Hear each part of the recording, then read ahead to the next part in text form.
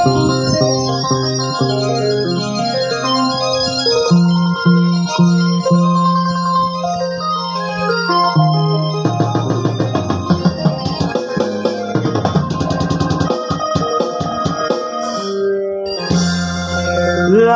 ทางไปดีโอ้ยนี่นาไปสาเด้อไอ้บ่าคำ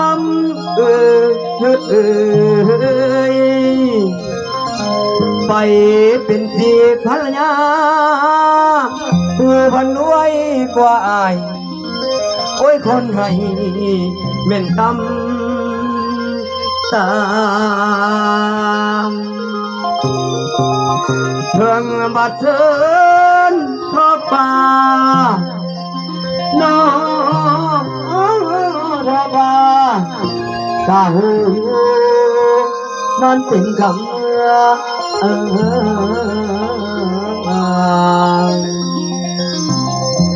บ่ได้ทำบุญมา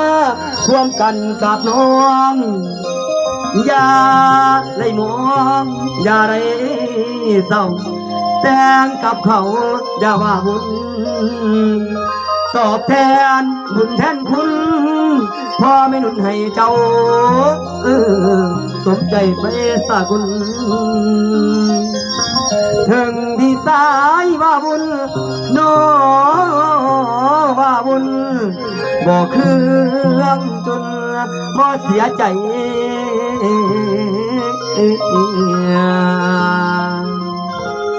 ขอดีค้างให้เธอไปอย่าห่วงใย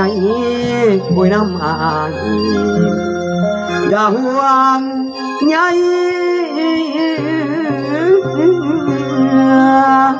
บุยน้ำอายบุยน้ำอาย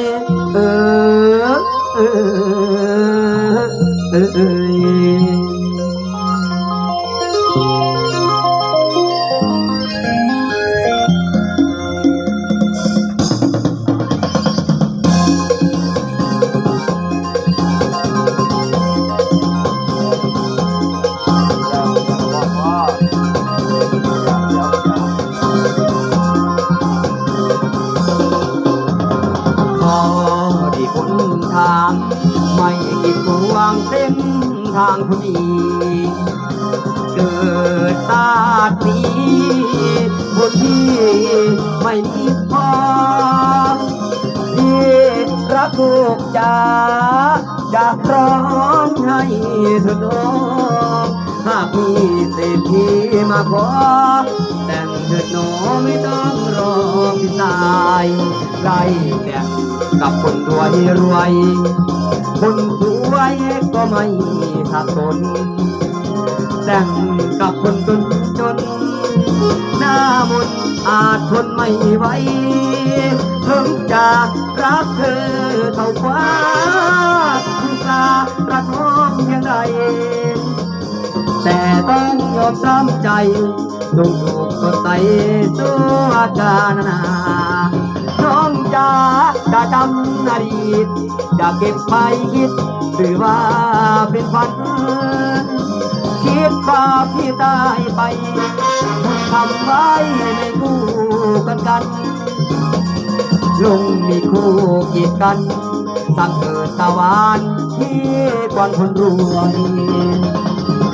ใส่ลายที่ขอไปตะบังใส่ลายที่ขอไปตะบังเดินนั่งคู่แบกไปชนแบกเอร้องพ่อไม่น้องตะบังคนตั้งสี่ห้องเป็นแฟนคนดีกันใจด้วยคนเสืออย่าได้น้ำพีคนเสืออย่าได้น้ำพีถือไว้สติคุณพี่บ่ได้ดอกข้างในก็หูอยู่เพื่อกันขอให้ความสัมพันธ์ห่างกันเป็นน้องอย่าร้องไปเลยคนดีนับจากวันนี้เรามีน้องกัน